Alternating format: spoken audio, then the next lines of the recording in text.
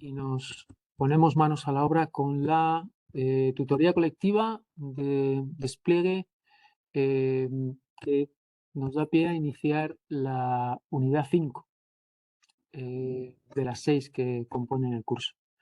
Con lo cual, hoy va a ser una tutoría bastante teórica. No vamos a arrancar la máquina virtual. Va a ser todo un poquito explicar un servicio, se llama servicio de nombres de dominio o Domain Name Service, que es fundamental para el funcionamiento de la web tal como la conocemos. O sea, que no es un servidor como tal de un servicio que nosotros hagamos uso como usuarios, sino que es un servicio interno de, o que permite, que facilita el funcionamiento de la web. Y cuando hablo de la web, pues principalmente la navegación.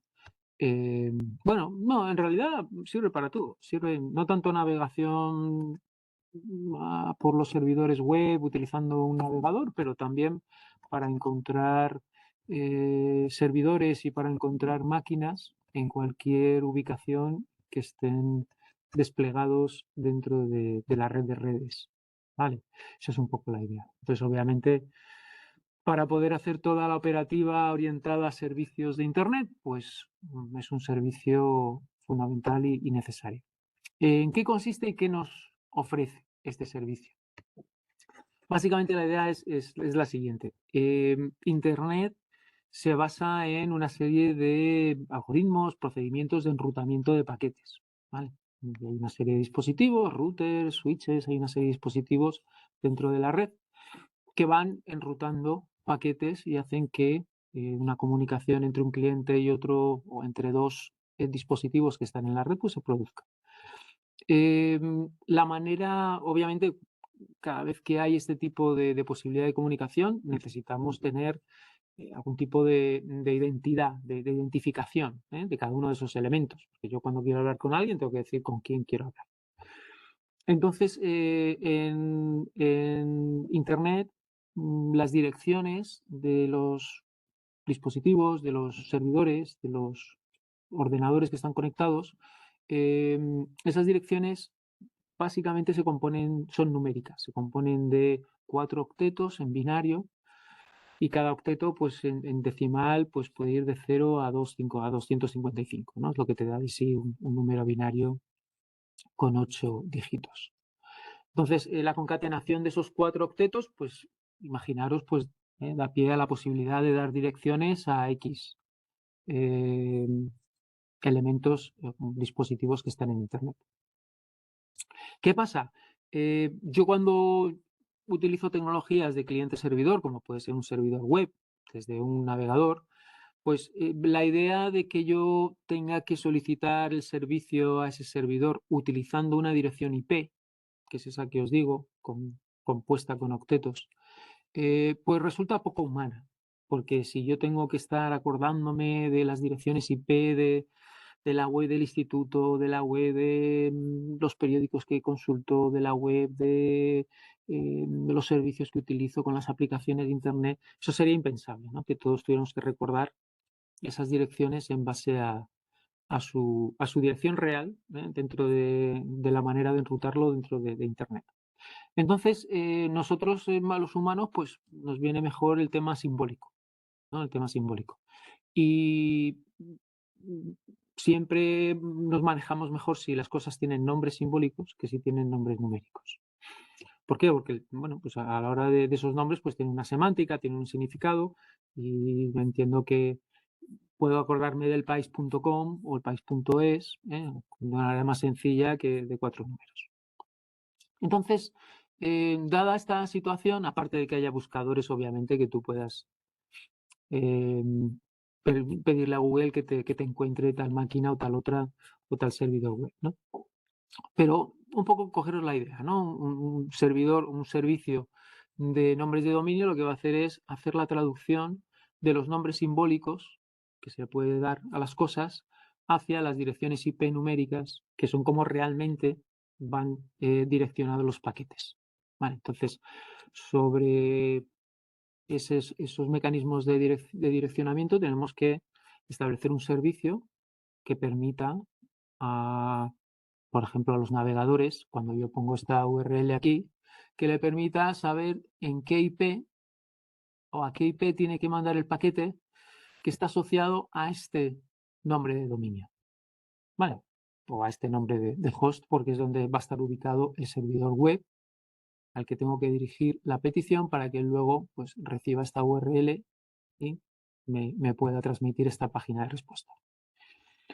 Vale, bueno, pues esa es un poquito la idea, ¿vale? Entonces, como veis aquí un poco os va dando ejemplos de pues, este tipo de resolución. Cuando hagamos estas consultas hablamos de resolución de nombres, ¿vale? Resolución de nombre de dominio básicamente es obtener la IP correspondiente a ese nombre simbólico. Vale, las ventajas de tener este servicio, pues como posiblemente ya habéis pensado, son muchas, ¿no? El hecho de que podamos hacer esa traducción de nombres a IPs, pues nos permite que sea una experiencia de usuario muchísimo más amigable y más adecuada, ¿no? También, obviamente, bueno, podríamos tener una situación, ¿no? En la que dices, bueno, pues, ¿por qué no se guardan esas traducciones en ficheritos dentro de los mismos ordenadores, ¿no? Y existe esa opción, ¿no? De hecho, hemos trabajado durante el curso con esa opción, porque hemos estado editando un ficherito hosts en Windows y ahí hemos hecho nosotros esa correspondencia de una IP a un nombre y entonces ya a partir de tener esa entrada en el fichero ya podíamos poner en nuestras URLs, ya podíamos poner aquí, pues, www.daodistancia.com. Eso solo existía, la capacidad de hacer esa traducción solo existía en nuestro PC. No podíamos obtenerlo generalmente de ninguna consulta que hiciéramos en Internet, ¿no? Pero si a nivel local lo hacíamos, pues mira. Pero ese tipo de mecanismo pues se queda corto, porque cada vez que tuviéramos que cambiar cosas, pues tenemos que ir al ficherito. Cada vez que una misma página o un mismo servidor web se reubica, pues tendríamos que modificarlo. No es operativo. Vale, y esos cambios tendríamos que hacerlo pues en todos los PCs de la casa, ¿no? Porque cada uno va a su ficherito host. Entonces eso no es operativo. Necesitamos algún servicio en el que el mismo cliente vaya a Internet, vaya a pedir esa información a alguien que está involucrado en ese servicio de hacer esa traducción, que veremos un poco cómo funciona y qué conlleva y qué elementos tiene, y de alguna manera yo me despreocupo, ¿vale? Porque eso va a estar gestionado ya de manera global dentro de Internet para que yo cada vez que quiera conectar o solicitar algún servicio, algún host, yo pueda utilizar su nombre de dominio y en principio ya el navegador o el cliente FTP o el cliente del servicio pues se encargará de solicitar la traducción del nombre a una IP y para mí es totalmente transparente, ¿no? El preocuparme de dónde está realmente, en qué dirección IP realmente tengo que enviar los paquetes. Vale, todo esto lleva estos nombres que yo siempre he dicho, un nombre simbólico. Bueno, estos nombres tienen una estructura, se llaman nombres de dominio, ¿vale? Y tienen una estructura jerárquica, ¿vale? Empiezan siempre, a ver si lo vemos por aquí. Empiezan siempre con un punto, imaginaros este nombre, ¿no? www.debian.org. Punto. Fijaros que este punto final es parte del nombre. Aunque nosotros normalmente no lo ponemos, ese punto final no lo ponemos, a ver si consigo. Este es el nombre, ¿vale? Termina con un punto. No lo solemos poner, pero existe, está ahí. ¿Por qué? Porque en realidad este nombre está compuesto de 3 elementos. Bueno, de 4 en realidad. El punto es como la raíz, ¿no? Del nombre. Pensar que en un momento vamos a tener como una estructura jerárquica piramidal en la que el punto es la raíz. A partir de ahí, el siguiente elemento, nosotros tenemos org, pero imaginaros, pueden ser com, pueden ser net, pueden ser edu, pueden ser .es, pueden ser .uk, pueden ser un montón de posibilidades para este primer elemento. Entonces ya tengo, si yo despliego un poco toda la capacidad de nombrado utilizando este formato, tendría el punto arriba, luego un montón de dominios de alto nivel, top level, ¿vale? Top level, que son estos que os daba ejemplos, ¿no? Hace un minutito, estos en los que en principio nosotros lo hacemos terminar en ese, pero en realidad es cómo empieza, ¿vale? Cómo empieza el nombre. Punto, y luego como, tal, en esa visión piramidal, ¿no? Del nombre de dominio. Luego tenemos otro nombrecito, otro literal, que en principio cuando lo unes al top level, eso es lo que normalmente llamamos dominio, nombre de dominio. Vale, y si alguien quiere comprar o quiere adquirir un nombre de dominio, pensar que, claro, cuando tú decides tener tus máquinas nombradas en Internet de una manera concreta, que aquí ponga el nombre de tu empresa, etcétera, eso requiere una actividad administrativa, porque no puedes directamente hacerlo tú a la brava. ¿Por qué? Pues porque otro puede utilizar el mismo nombre y eso ya tendremos un problema, porque cuando alguien quiere buscar la resolución de ese nombre que está repetido, claro, el sistema ya no sabría a qué IP dirigirte, a la tuya o a la del otro, la otra persona. Entonces todo eso tiene que estar centralizado y lo está, ¿no? Dentro de una organización que se llama ICANN y que es a donde principalmente acuden esas empresas que se encargan de comercializar dominios. Entonces tú irías a un proveedor de dominios, pagarías una cuota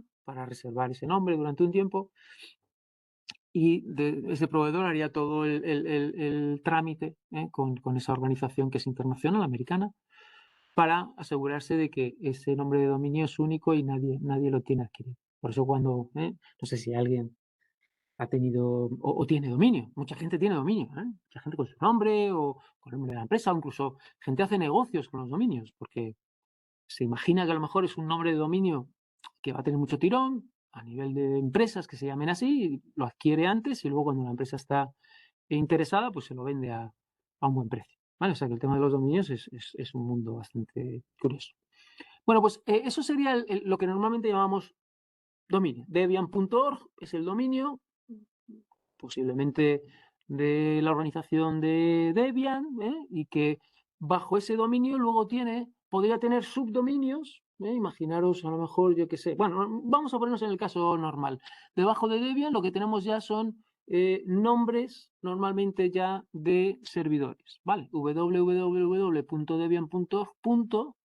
Eso ya está denotando el nombre concreto de dónde reside un servidor web al que tienes que dirigirte para poder acceder a la información que tiene Debian expuesta en la web, ¿no? Entonces, si ya le añades www, ya no estás hablando de un dominio general, sino estás hablando de un servidor concreto o de una máquina concreta que tiene una IP, pero que está bajo la organización y bajo el dominio de Debian. Vale, entonces yo cuando quiero traducir esto, pues tiene que haber algún proceso, algún mecanismo por el que utilizando esta concatenación de dominios, alguien sea capaz de decirme, pues mira, esa máquina o ese nombre está asociado a una máquina, a un servidor que reside en una máquina en esta IP. Vale. Y aquí os hablo un poquito de esos nombres, ¿no? Entonces aquí os dice un poquito cada uno de los componentes que conforman el nombre de dominio y luego pues os va diciendo. El primero, como digo, es un top level domain, que llaman TLD o dominio de alto nivel, y hay de muchos tipos, ¿vale?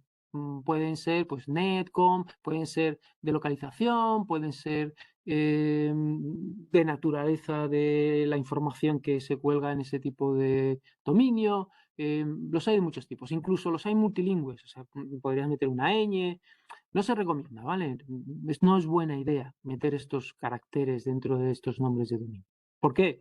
Pues porque si tú quieres que tu negocio sea internacional, metes una ñ y a ver cómo un sueco va a acceder a tu página web, ¿vale? Porque no tiene la ñ en el teclado, por lo cual no se aconseja, a no ser que sea una cosa tuya muy personal y quieras que muy poca gente española o la gente solamente en España acceda, si no, no es muy recomendable. Vale,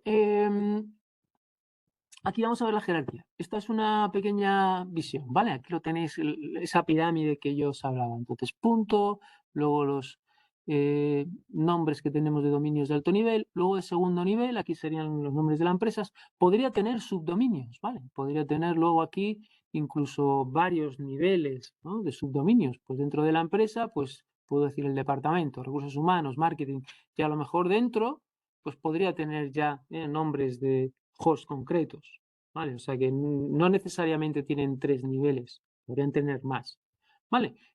O, bueno, yo qué sé, o sé, veis un poquito la idea, ¿no? Podría ser un poco. Entonces, podría tener este tipo de nombres de dominio.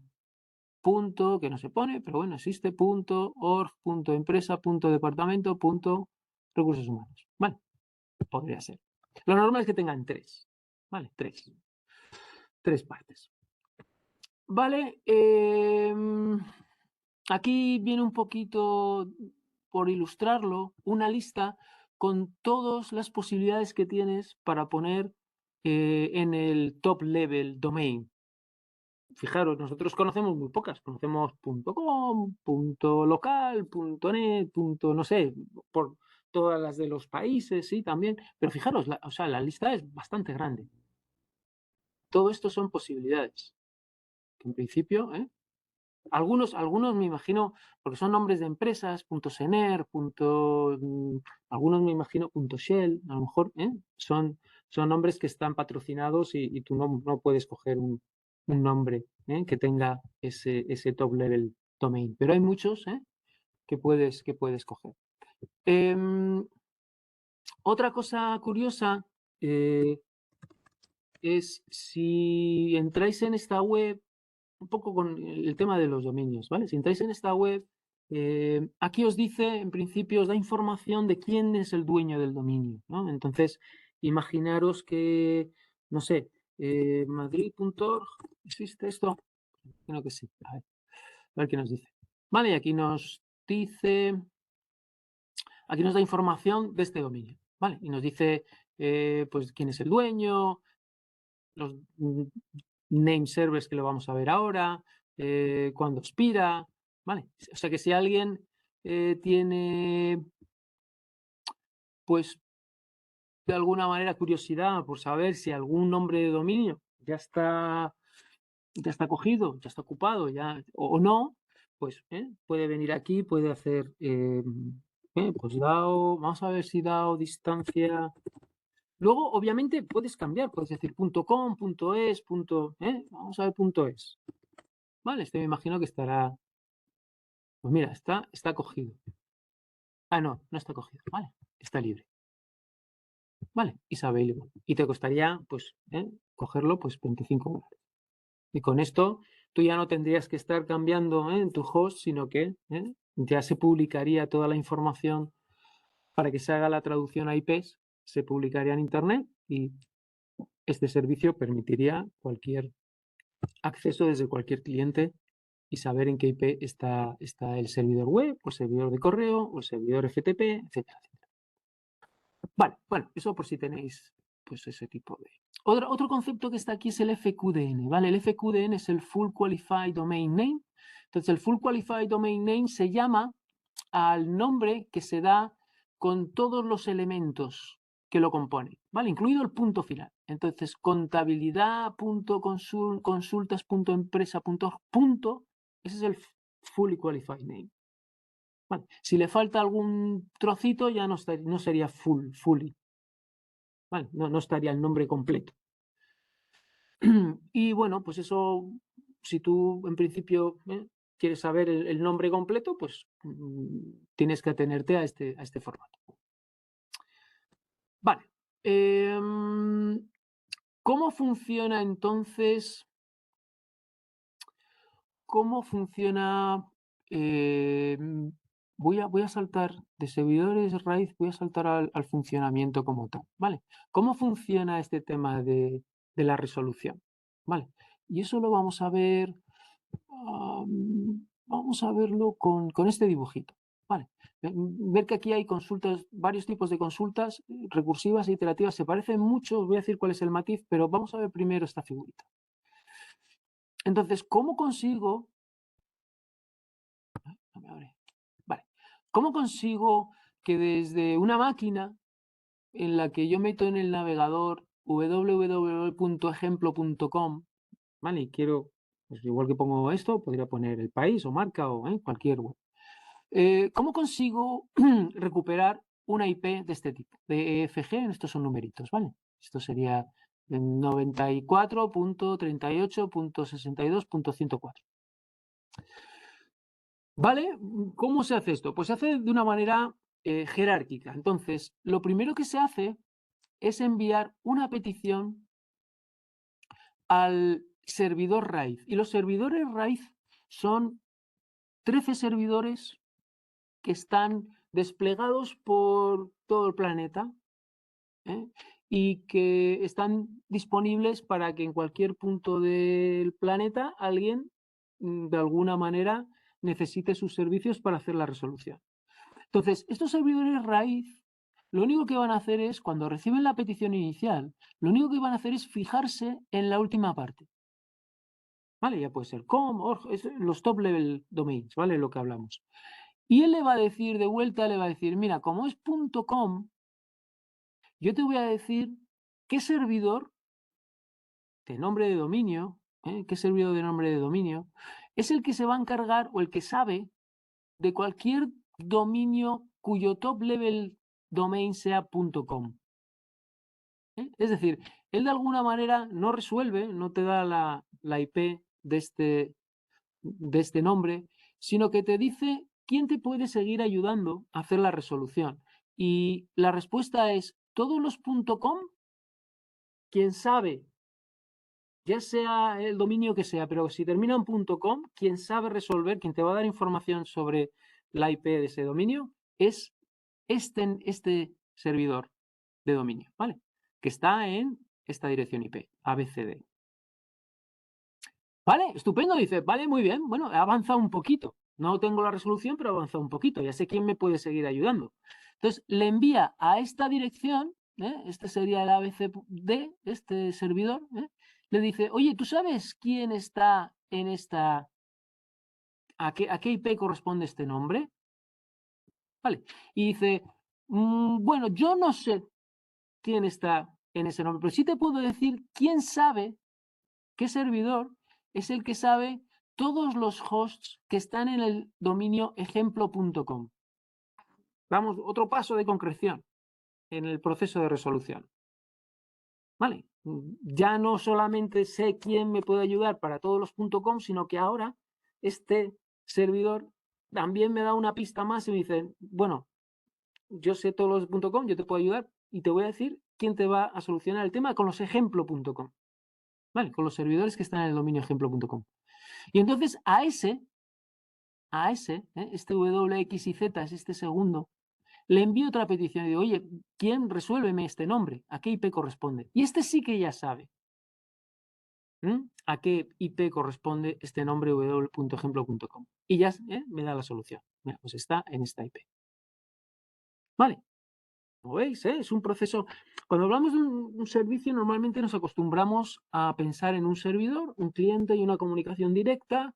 El cliente pide cosas, el servidor la responde. Como veis, en este servicio no es tan sencillo, no hay un único servidor al que los clientes van pidiendo cosas, sino que esos servidores están de alguna manera replicados y hay de varios tipos, entran varios servidores en la operativa cuando se intenta resolver una petición. O sea que es un proceso un poquito más complicado de lo que hasta ahora hemos visto con un servidor web, un servidor de aplicaciones y un servidor FTP. Había un cliente y un servidor. Aquí, la organización de todo esto, porque es una actividad compleja, al fin y al cabo, ¿no? Estamos hablando de la red mundial. Y es una actividad compleja. Pero así es como funciona. ¿Vale? Vamos a ver que hay cierta casuística, pero en principio así es como funciona. ¿Cuál es la casuística? Bueno, la casuística principalmente es que si esto fuera así, cada vez que yo pido una cosa, fijaros, ¿no? Todos los mensajes que hay. Em, para eliminar todo este tráfico y que resoluciones que ya se han hecho se puedan reutilizar, existen los servidores caché. Y cachés hay en muchos sitios. Están en mi ordenador, incluso hay una caché de los nombres que yo pido resolver y me lo guarda durante un tiempo.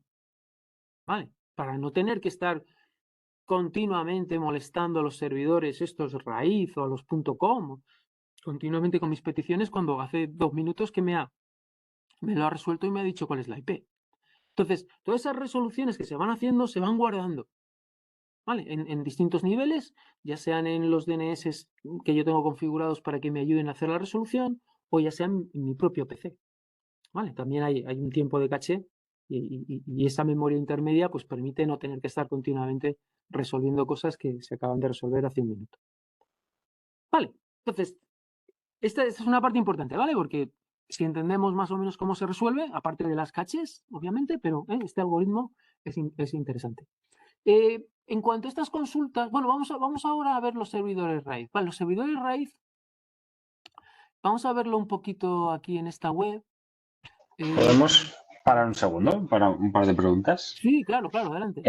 O sea, vale, está mirando un poco y el ICANN este es como la organización sin ánimo de lucro, ¿no? Que se encarga de gestionar los dominios, con la idea de que, vale, Justo. los dominios tienen que ser únicos porque si yo en mi casa me monto un servidor en el sótano y decido cuál es el dominio, pues no tiene ningún sentido ese sistema. Entonces, lo que he entendido es que el ICANN luego distribuye esos dominios disponibles como con varias empresas, bueno, o que las empresas que te ofrecen dominios a ti por dinero, como que tienen que pasar por el ICANN, ¿no? Para Claro, solicitarlos. Yo qué sé, yo pido floresbonitas.com, el ICANN es como el que lo gestiona, pero el intermediario es una empresa que tiene ánimo de que lucro lo y cobra por comercializa, ello. claro. Vale, y entonces entiendo que yo cuando se lo pido a la empresa, esa empresa se lo pide a su vez al ICANN, Claro. como... Vale, y vale, eso por un lado. Y luego el otro has dicho que hay 13 servidores Sí. para resolver las peticiones base, pero no están en llamas. O sea, quiero decir, aunque haya un caché por todas partes... Están replicados. Están replicados. O sea, Ah, no es vale, que vale. haya. O sea, Mira, estos son. vale, vale, Pues vale. aquí un montón. Estaba flipando. Pero, Vale. pero en realidad son 13 que tienen su información luego replicada. ¿Vale? Aquí, como ves, de alguna manera están pues, en Europa, fijaros, ¿no? 32 en Gran Bretaña, en España, vamos a ver.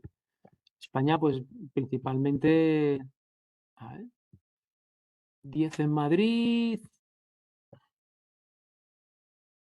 Sí, pues a ver, me imagino que estos días, luego si abrimos, estarán un poco repartidos por la geografía, ¿no? O no, parece que están todos ubicados.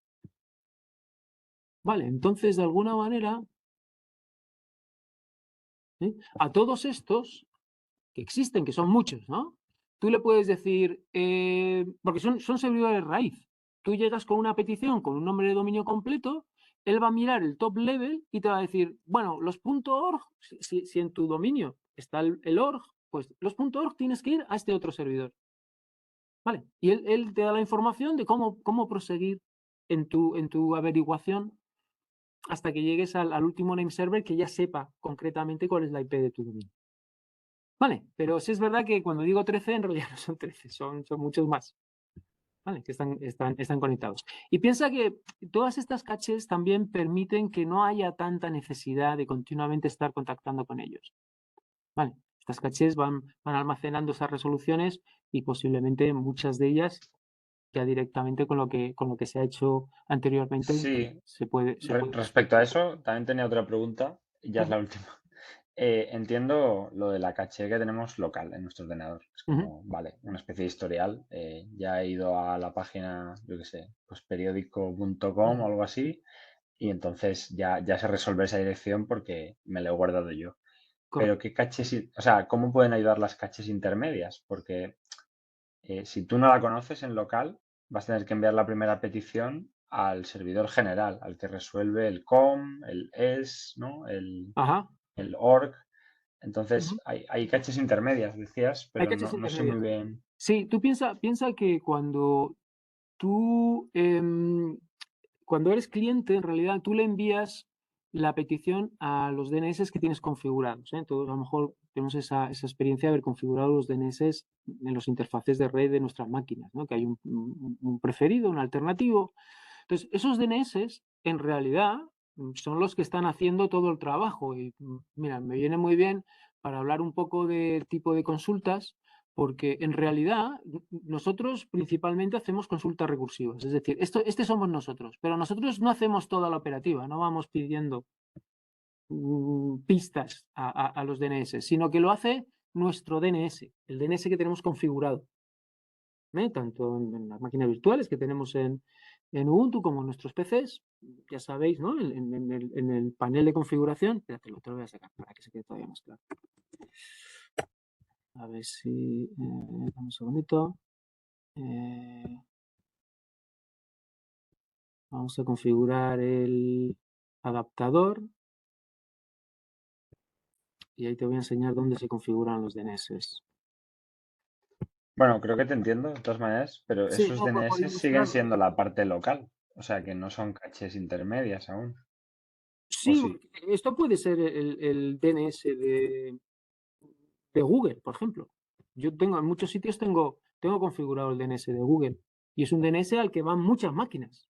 Entonces esos DNS también, aparte de hacerte la resolución, guardan el resultado de las resoluciones que él va realizando. Entonces, si otro PC también tiene configurado el DNS de Google y coincide que ya alguien ha hecho la resolución del país.com y lo tiene en caché, le envía la resolución que ha hecho para otro PC.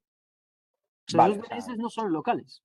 por Este, entenderlo, quiere decir que este si tú le DNS, pides periódico.com, te lo resuelve la primera vez, se lo guarda en caché y cuando yo se lo pido, me lo saca de caché. claro. Ah, Tú vale, imagínate vale. que yo aquí configuro el 8888. Bueno, ahora lo tengo de manera automática, pero este podría ser una configuración. Esta es la IP del DNS de Google. No está ni en el centro, ni en mi PC, ni es un DNS externo que yo tengo configurado para hacer esas resoluciones para cualquier comunicación que tenga en Internet, acuda a este domain name server para que me haga la traducción. Pero a este domain name server acuden miles de clientes. Entonces, la resolución que él va haciendo para todos los clientes que han decidido utilizar este servidor público que Google amablemente ha puesto en Internet para que todo el mundo lo pueda utilizar, ¿eh? Pues reutiliza las resoluciones porque también hace esa función de caché. Con lo cual ahorra muchísimas comunicaciones de hacer la resolución repetida cuando en principio estos servidores de dominio ya la han hecho para otro cliente, pues la reutilizan para otro cliente que le pide la misma resolución. ¿Vale? Más o menos, ¿se entiende? Fijar, Sí, sí, sí. muchos Lo que cuando me tenéis pregunto ahora es por qué Google tiene interés en poner a disposición un DNS, ¿no? Porque quiero decir, es un pues servicio que alguien tiene que mantener y debe ser sí, caro bueno, y pero Google se bueno, lo, y tienes que montar servidores. total, Google se lo puede permitir, sí. Pero lo normal es que la gente utilice el DNS del proveedor de comunicaciones con el que tiene adquirido el servicio de Internet. Si lo tienes con Movistar o con Orange o con todas estas empresas, tienen sus DNS funcionando y dándole servicio a sus clientes, a la gente que tiene. Pero tú los puedes utilizar porque son públicos. Ellos no tienen manera de comprobar si tú eres un cliente suyo o no. ¿Sabes? Cada uno lo tiene establecido, a lo mejor los hay que no lo tienen, no lo sé, y dan IPs de DNS que no son realmente suyos. La mayoría sí que los tendrá, pero tú eres un cliente de Orange y nadie te va a evitar que tú configures los DNS de Movistar y te va a funcionar, porque ellos no tienen manera de saber si ese cliente, esa IP que le está solicitando la resolución, corresponde a IPs suyas o IPs. No hacen ese tipo de. Entonces, los DNS son unos servicios que están públicos, los hay de empresas, y CAN también tendrá por ahí sus DNS, ¿no? Establecidos. O sea, son DNS un poco de funcionamiento de Internet, que en principio están principalmente establecidos por ICANN, pero bueno, hay empresas que también se encargan de poner ese tipo de infraestructura, ¿no? Para que Internet funcione. Y Google, pues, tiene esta posibilidad, ¿no? Tiene varios, tiene el 888 y el 8884, también es la IP de otro. Vale, entonces, bueno, sea como fuere, esos DNS externos, porque tú sí que tienes Dentro tienes un software, que es lo que podemos llamar DNS cliente, pero este cliente DNS en realidad es el cliente del servicio DNS, no es que sea un DNS chiquitín, no, este es el cliente, este es el software con el que va a interaccionar como cliente con los servidores DNS que están fuera normalmente, como el de Google o como el de Telefónica, para que les haga este tipo de resolución. Entonces, esta es la manera más usual en la que nuestros PCs hacen la resolución. Contactan con un DNS y este DNS externo es el que hace toda la operativa. ¿Vale? Y va pidiendo, si no lo tiene en caché, pues va pidiendo, ¿no? Estos tramitos hasta que llega a la solución final. Y esto se llama una consulta recursiva. Sin embargo, puede que en un momento dado, pues yo qué sé, a lo mejor hay algún cliente o incluso la manera en la que el DNS que veíamos de externo hace la consulta y él mismo, desde el cliente, empieza a hacer toda la resolución. Fijaros que primero lo manda al servidor local, que se lo envía al RAID, pero él mismo, con esta información, reenvía otra petición al que sabe de ejemplo.com, le dice quién es el que sabe de ejemplo.com y ya se la envía para que le resuelva. Si él hace toda la operativa de recibir pistas y reenviar mensajes a aquellos que le pueden seguir ayudando a resolver, esto se llamaría una consulta iterativa. Iterativa. Acordaros, la otra es recursiva, esta es iterativa. La única diferencia es quién hace de alguna manera todo este avance con la información que va recibiendo para terminar de hacer la resolución. Si lo hace el cliente, en principio esto va a ser una consulta iterativa. Y como digo, lo normal, nuestros clientes en los PCs y tal, lo normal es que el cliente no se encargue de todo esto, sino que se lo envíe al DNS de referencia, al que tenga configurado. Y él, ese sí que, si no lo tiene en ningún sitio, pues empezará a hacer un poco todo el proceso de contactar con el RAID, luego con el top level, luego con el dominio, etcétera, etcétera. Vale, y luego hay otra consulta que también existe y es la inversa. ¿Vale? Y la inversa lo que hace es, lo hace al revés. Tú le das un nombre y él te dice en qué IP. Perdón, tú le das una IP y te dice qué nombre es el que está asociado a esa IP. ¿Vale? Es la resolución inversa. Hasta ahora hemos dado un nombre y nos devuelve la IP con este tipo de infraestructura que funciona de la misma manera. Tú le das una IP y él te dice un nombre. Entonces, en este caso, vamos a verlo con una figurita, pues es de la misma manera, solamente que ahora las zonas, esta jerarquía funciona de esta manera, ¿vale? Tiene como este root ARPA, otro nodo INADDR, esto es un poco tal como se parió en su día, ¿no? Cuando se creó todo este servicio. Pensar que este servicio es también pues, de los primeros que se crearon, ¿no? Para poner en funcionamiento toda la dinámica o todo la operativa, ¿no? De Internet. Y luego, en vez de tener los top level domains y luego los dominios de segundo nivel, etcétera, etcétera, lo que tienes son números correspondientes a direcciones IP. Entonces, si tú tienes que solicitas, oye, ¿a qué nombre corresponde esta IP? Bueno, pues tendrías que ir primero al 192, fijaros que le cambia el orden para empezar a resolver desde el nombre más a la izquierda, ¿vale? Que viene a ser un poquito más la anotación de cuál es la red a la que estoy conectado. Vale, entonces diría, bueno, pues la 192, pues te doy el DNS que resuelve cosas del 192. Y la operativa es la misma, va como jerárquicamente, yo le voy pidiendo datos, oye, ¿qué sabéis de esta IP? Y él dice, pues mira, yo te puedo ayudar sobre los 192 y quien lo resuelve es fulano. Y a ese fulano le dices, oye, resuélveme esto. Y dice, pues si yo te puedo decir quién resuelve el 168, 192. Y a ese sí ya le dices, oye, resuélveme esto. Y dice, sí, sé de quién es. Vale, porque yo soy justo la persona que tiene esa información. Soy el servidor que tiene esa información. Vale, o sea que no, tampoco le echéis mucha cuenta. Básicamente es el mismo tipo de algoritmo, digamos, pero en vez de utilizar nombres de dominio de manera jerárquica, utiliza los octetos de la dirección IP para ir poco a poco hasta a dar con la persona que tiene la información para que se la resuelva. Básicamente, de lo que se trata es de dar con la fuente de la información. ¿Quién tiene la información? ¿Vale? Esa es la clave. Eso es lo que te permite el algoritmo. Ir poco a poco, reduciendo el campo, alguien te va a ayudar, esos servidores intermedios te ayudan, hasta que das con la persona que tiene la información. Y de eso vamos a hablar ahora. Vamos a ver los tipos de servidores. Los tipos de servidores aquí los clasifican en base a varios criterios. Uno, ¿quién tiene la copia de esa correspondencia? Lo mismo, imaginaos ese fichero hosts. Al final, alguien tiene que saber tener ese documento donde relaciona una IP con un nombre. Vale, pues podemos llamar un servidor primario el servidor que tiene la copia de cuál es esa correspondencia. Y si alguien quiere hacer alguna variación, pensar que esto de este mapeo entre nombres e IPs cambia.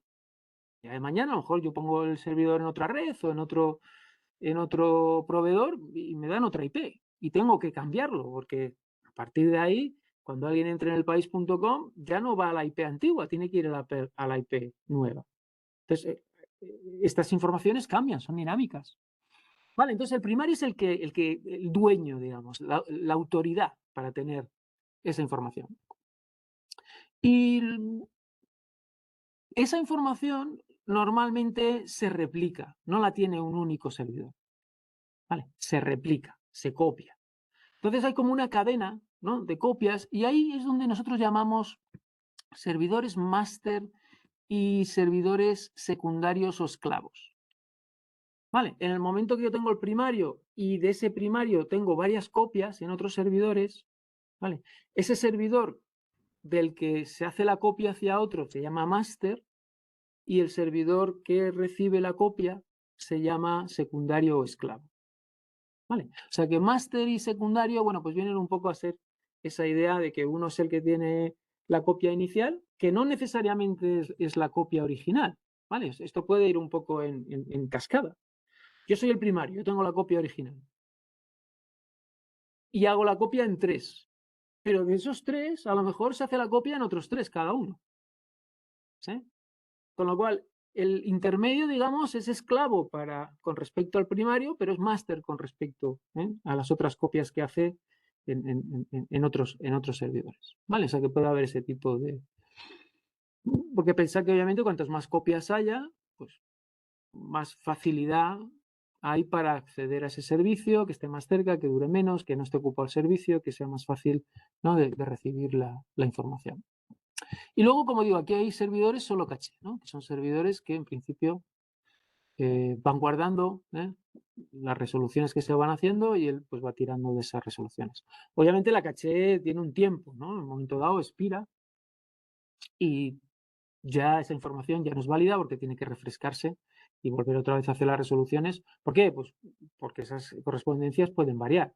Entonces yo no puedo tener la caché eternamente, porque a lo mejor la información que tengo en la caché ya no es correcta, porque en su momento pues se hizo un cambio. Vale, pues vamos a ver un poquito cómo se define esa información, ese fichero hosts donde está la correspondencia, cómo se define.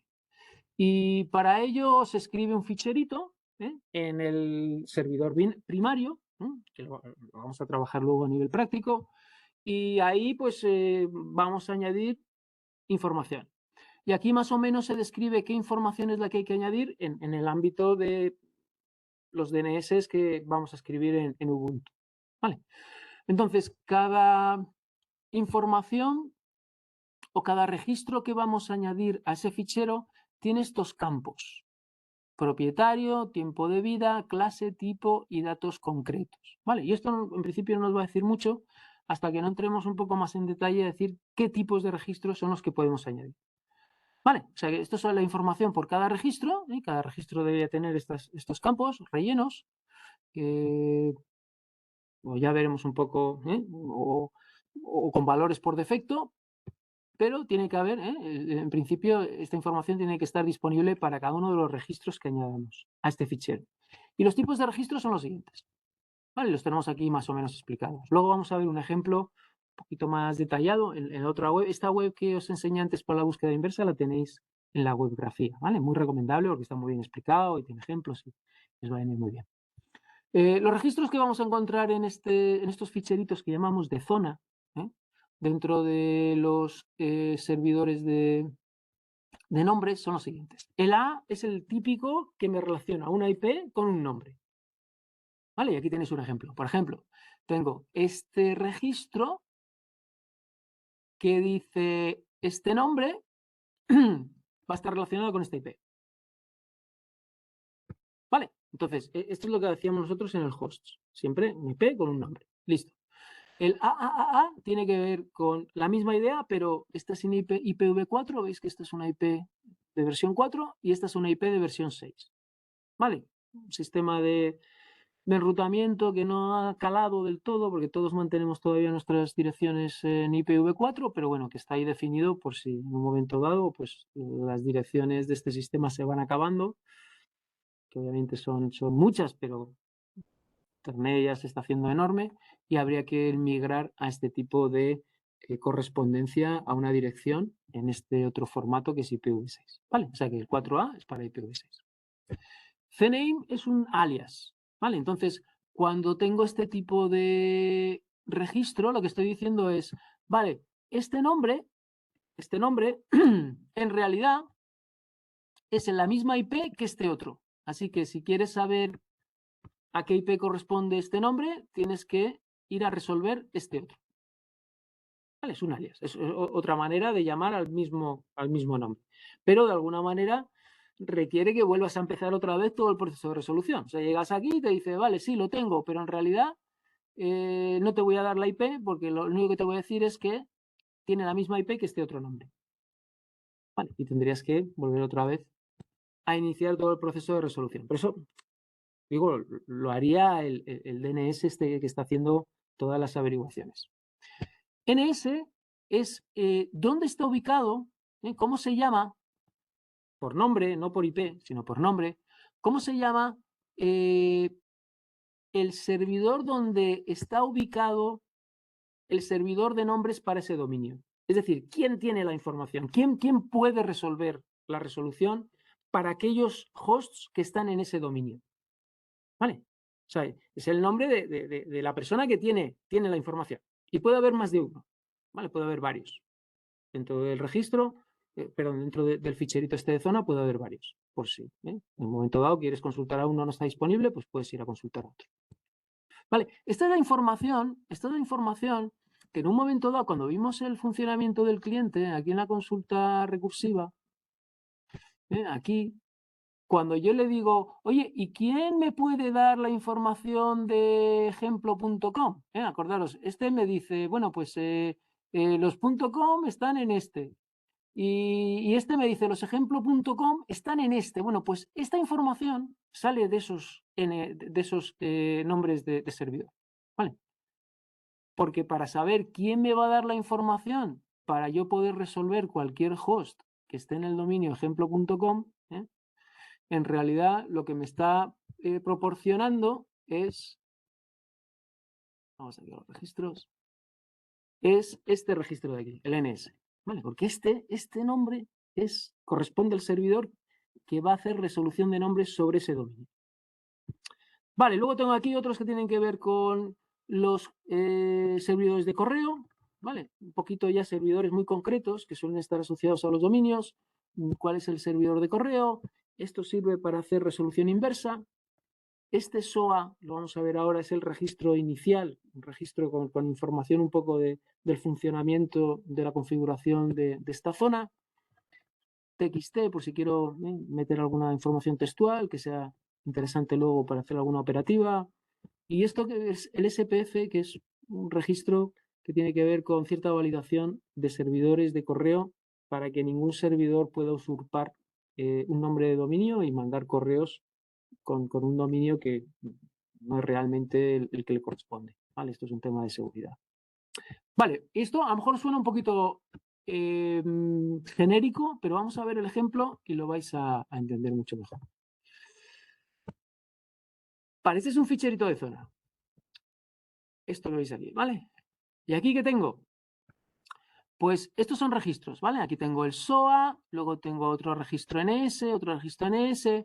Entonces tengo también directivas. Estos que empiezan por dólar son directivas, ¿vale? Y son directivas que luego sus valores pueden ser utilizados en distintos sitios para rellenar partes del fichero, ¿vale? Porque aquí veis, joder, faltan cositas, ¿no?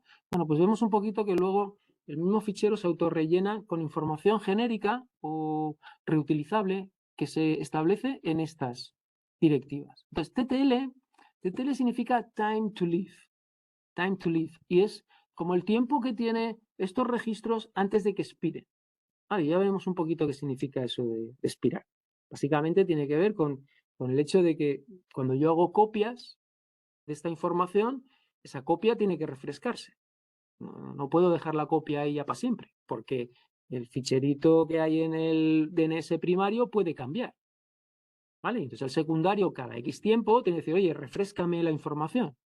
¿Vale? Porque a lo mejor la mía ya está obsoleta. Vuelve otra vez a enviarme la información. Sí, y origin tiene que ver con el dominio base para el que está configurado este ficherito, ¿vale? En este caso, asir.com. O sea, que este es el ficherito autoritativo o el que tiene la autoridad para hacer resoluciones de cualquier nombre de dominio cuyo dominio sea asir.com. Por ejemplo, www.asir.com. ¿De dónde se saca esa IP? Pues de este ficherito, ¿vale? Porque pertenece a ese dominio. Vale, entonces el SOA, como decía, es un registro importante porque aquí te da mucha información. Esta robita tiene que ver con el origin, ¿vale? Se va a reemplazar, en vez de escribir aquí otra vez asir.com, si ya has establecido la directiva origin, aquí se sustituye con lo que haya en esa directiva. Y, Perdón, Iván. sí, Una duda que me viene de antes. sí. También decías lo de que el origin te relaciona cualquier nombre asir.com con la IP, ¿no? Pero, y tú has No, puesto el no, ejemplo, www.asir.com. no, en realidad origin lo que te dice es para qué dominio está creado este fichero. ¿Para qué dominio, a qué dominio da servicio este fichero? No, en realidad no te está hablando de asir.com. Todavía no tiene suficiente concreción como para que te dé una IP. ¿Vale? Claro, Asir.com. esa es Es la como duda que tengo también de punto. antes del esquema. Aparte de www. Y esta URL, ¿qué otra cosa podría haber? Repíteme la pregunta. O sea, Aparte de. quiero decir, si tienes asir.com, Sí. ya está, ¿no? Quiero decir, vale, No, antes, ya sé lo que quieres decir. No, no, no. Yo puedo poner muchas máquinas en asir.com. Por ejemplo, FTP, un servidor FTP, lo meto en una máquina y lo llamo ftp.asir.com. Un vale, pues servidor eso me web, fallaba, no lo entendía bien. Vale, www.asir.tal. Un servidor de mail, mail.asir.com. ¿Sí? Puedo meter vale, muchas cada una de máquinas, esas luego las cosas que va yo a tener quiera. IPs distintas, claro. Luego las que Entonces yo quiera. Mi necesitas... máquina.asir.com. Mm, Sí, yo puedo dar cualquier nombre de máquina, ¿sabes? Que luego yo puedo utilizar esos nombres en mis servicios internos. Pero lo vale. normal, si son servicios de Internet, lo normal es que sean los servicios básicos. Pues servidor de FTP, servidor LDAP, servidor web, servidor, ¿sabes? Y tiene más o menos una nomenclatura.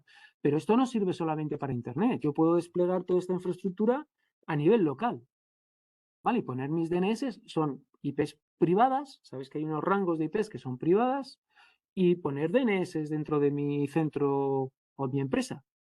No salen a Internet, pero yo podría, en vez de utilizar 192, 168, punto tal, que son las IPs privadas, podría hacer esa resolución con un DNS que tengo accesible en la empresa.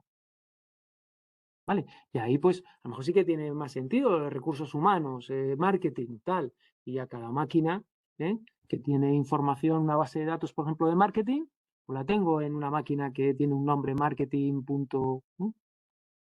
Más o menos.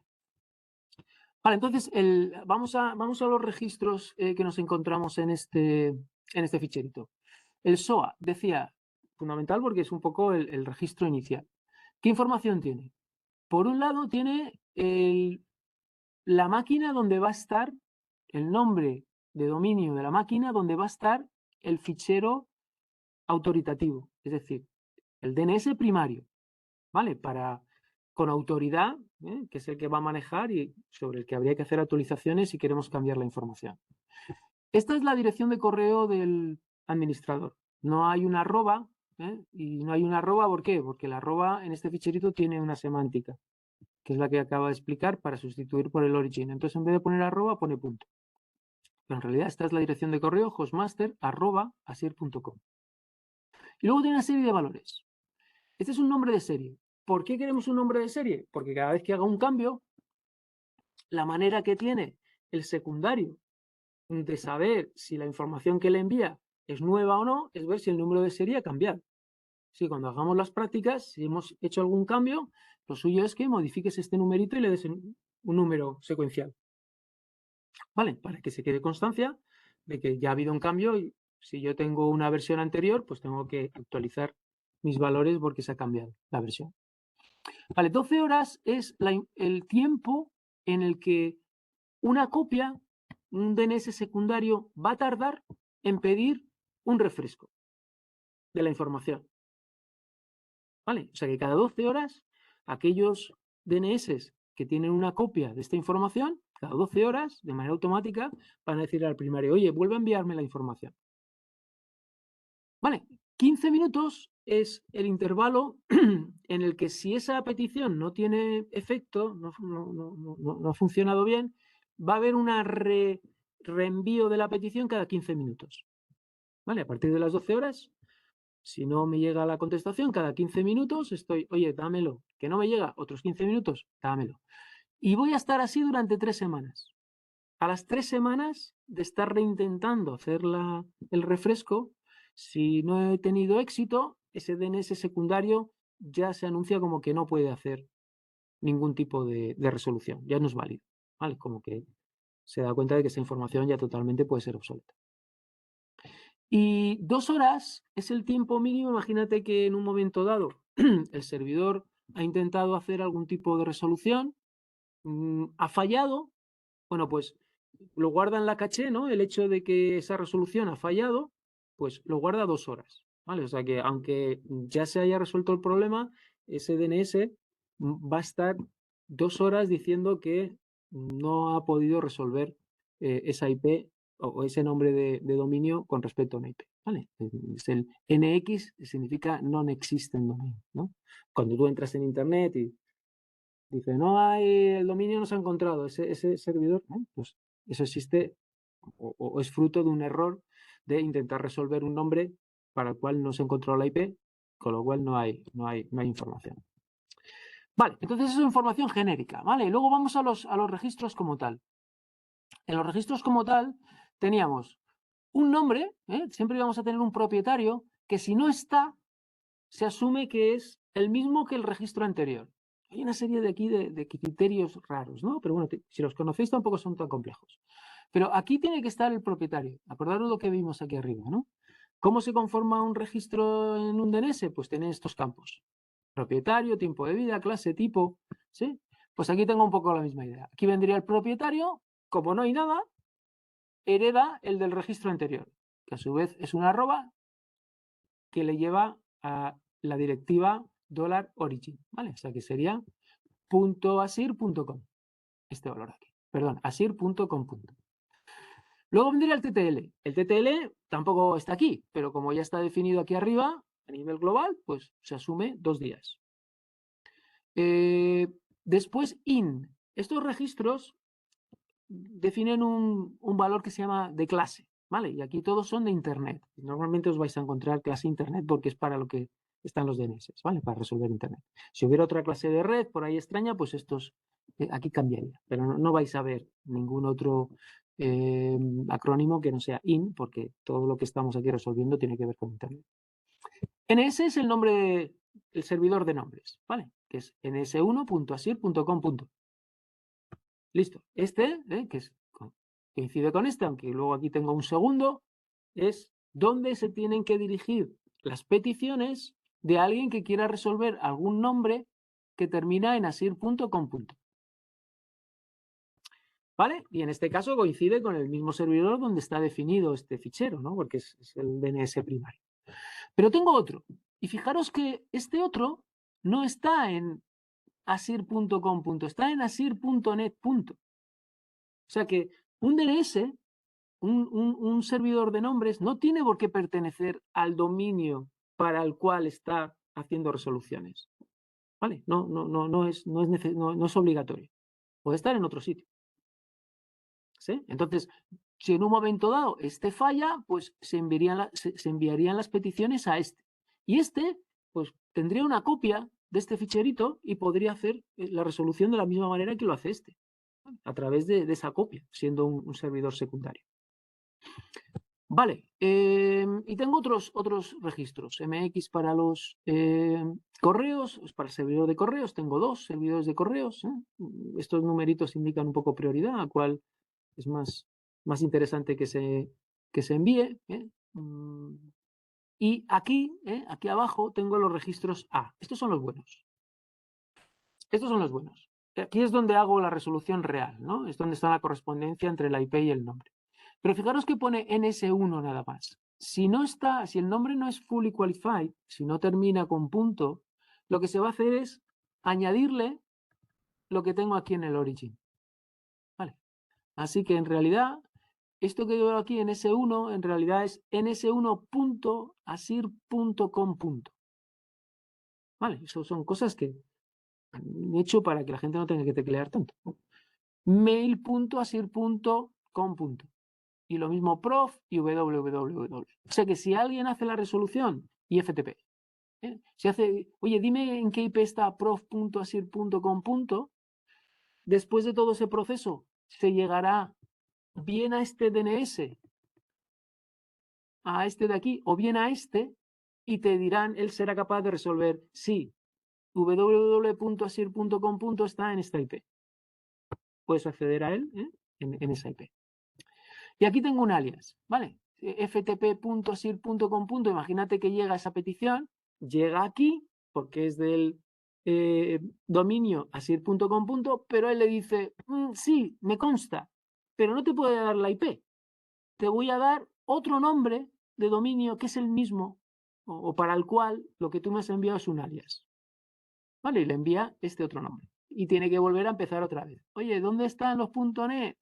¿Quién sirve asir.net? Y cuando dé con el servidor que sirve asir.net, preguntarle, dame por favor la IP para este host concreto ftp.asir.net. Vale. Vale, pues leeros, aquí viene explicadito, bastante bien, bastante claro. No dejéis de echar un ojo a esta página para entender ya de una manera un poquito más, aunque yo creo que os he explicado más o menos todas las ideas que vienen en la página.